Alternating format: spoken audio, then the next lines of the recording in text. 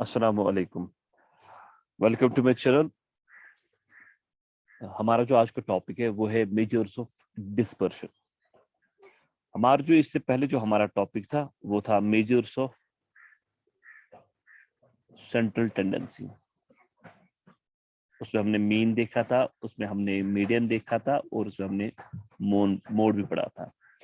अब central tendency कुछ limitations हैं जो हमने थ्योरी पार्ट में देखा था।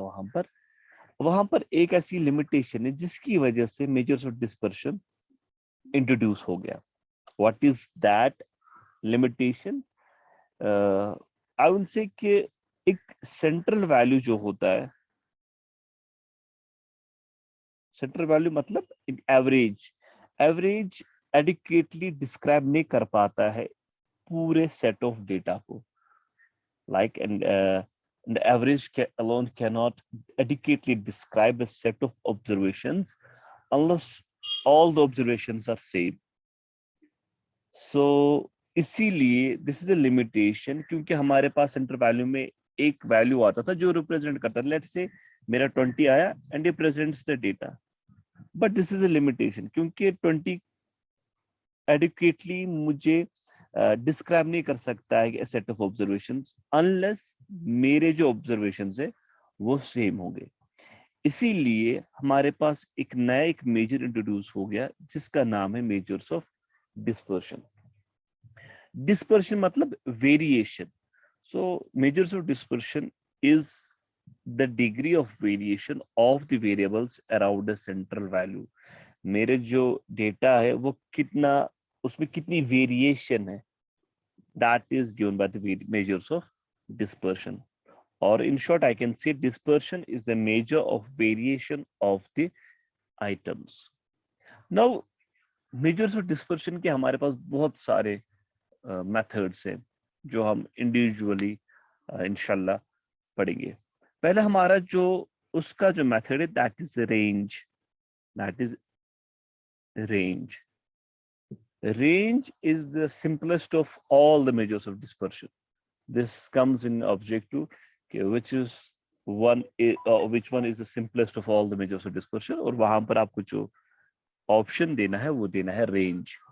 What range is? It is a difference between two extremes. Two extremes मतलब हमेशा दो ही एक्सट्रीम होते हैं। एक हमारे पास जो एक्सट्रीम होता है वो होता है हाईएस्ट वैल्यू, और दूसरा जो होता है वो होता है स्मॉलेस्ट वैल्यू। अब इसकी फॉर्मूला जो है, हम रेंज रिप्रेजेंट करते बाय आर से, और उसकी जो फॉर्मूला है वो है highest value minus smallest value. आपको जो हाईएस्ट वैल्यू होगा उसको किसके साथ माइनस करना है? स्मॉलेस्ट वैल्यू के साथ, और वहां से मुझे रेंज निकलेगा। What range is? Range is the simplest of all the measures of dispersion. And what is the CR? CR is coefficient of variation or coefficient of range. I say coefficient of range. And what coefficient of range is?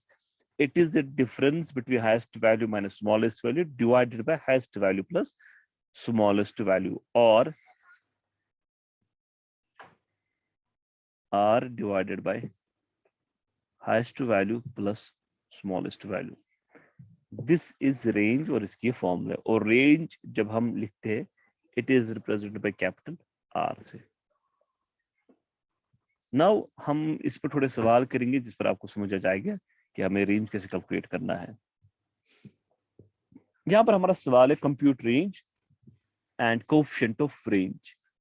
अब जो हमने पहले ही देखा कि we have the formula is R बराबर होता है हमारा, थोड़ा क्लियर,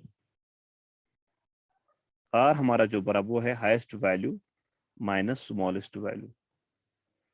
अगर इस सवाल में हम देखेंगे हमारा हाईएस्ट वैल्यू इज 100 और smallest is 20, so that is 100 minus 20, और हमारा जो रेंज आता है वो आता है जी 80। क्लियर? दूसरा हमारे कोएफिशिएंट ऑफ रेंज हमारे निकालना है, और वो जो बराबर होता है वो बराबर होता है range divide by highest value plus smallest value. Range आपको निकला ऊपर दैट इज 80, और highest value plus smallest value आपको 120 निकलेगा और वो बराबर है मेरा जी 0.67 के। This is how we calculate the coefficient of range. अब ये सवाल है, ये इंडिविजुअल सीरीज था। अब यहाँ पर जो हमारा दूसरा सवाल है वो डिस्क्रीट सीरीज है। अब सवाल ये बनता है यहाँ पर कि सर हाईएस्ट वैल्यू और स्मॉलेस्ट वैल्यू मुझे फ्रीक्वेंसी से में उठाना है या एक्स में?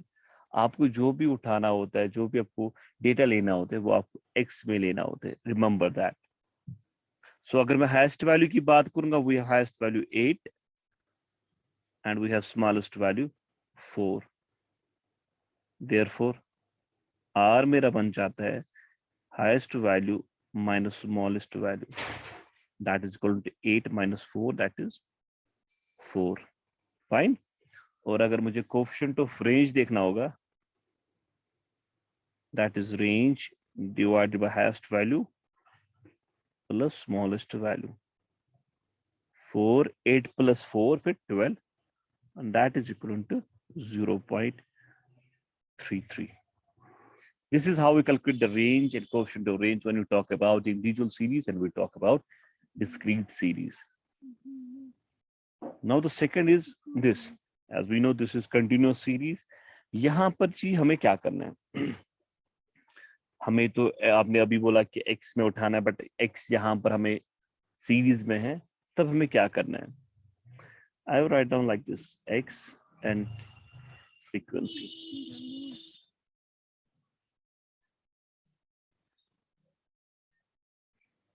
We have 5 to 10,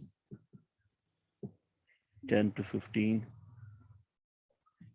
15 to 20, 20 to 25, 25 to 30.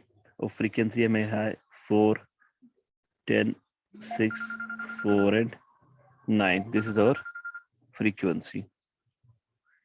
यहाँ पर जो हमें पहला मेथड करना है, प्रोसीजर हमारा है, हमें जी पहले मिड वैल्यू निकालना है।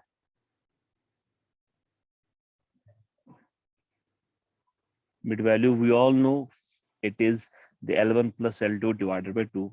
Mid value is called L1 plus L2 divided by 2. 5 plus 10 divided by 2, that's 15. 15 divided by 2, that would be equal to 7.5. 7.5, दूसरा आएगा मुझे 12.5, 17.5, 22.5 and 27.5. जिसको ये नहीं मालूम है कि what is the trick behind the mid value, so वो मेरे पुराने वीडियोस देखिए, वहां पर उनको वो पता चलेगा और वो ये फॉर्मूला इस्तेमाल कर सकते हैं। फॉर्मूला थोड़ा बहुत it is a lengthy process, इसीलिए जो ट्रिक है वो अगर समझोगे वो बेटर रहेगा। अब सवाल ये है सर, हमें रेंज निकालना है। रेंज में क्या हमें देखना है? हमें तो हाईएस्ट वैल्यू देखना है। Remember that when we talk about the continuous series, वहां पर आपको इसमें से नहीं लेना है रेंज। अब आपको रेंज यहां से उठाना है। Highest value that is at 27.5 and the smallest value that is 7.5. So the formula is highest value minus smallest value. 27.5 minus 7.5, that is equivalent to 20. And if we calculate this coefficient of R, that is range divided by highest value plus smallest value.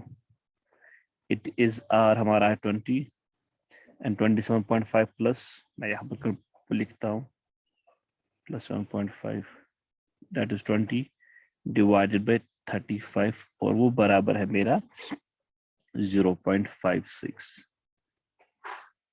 This is how we calculate the range, the coefficient of range when we talk about the different type of data, like we have individual series, we have discrete, and we have continuous series. This was all for today. इंशाल्लाह जो next हमारा topic होगा वो होगा कि what is the next, हमारे पास क्या है दूसरा measures of dispersion. Fine, I hope आपको समझ आया होगा। Do view to share and to like. Thank you so much.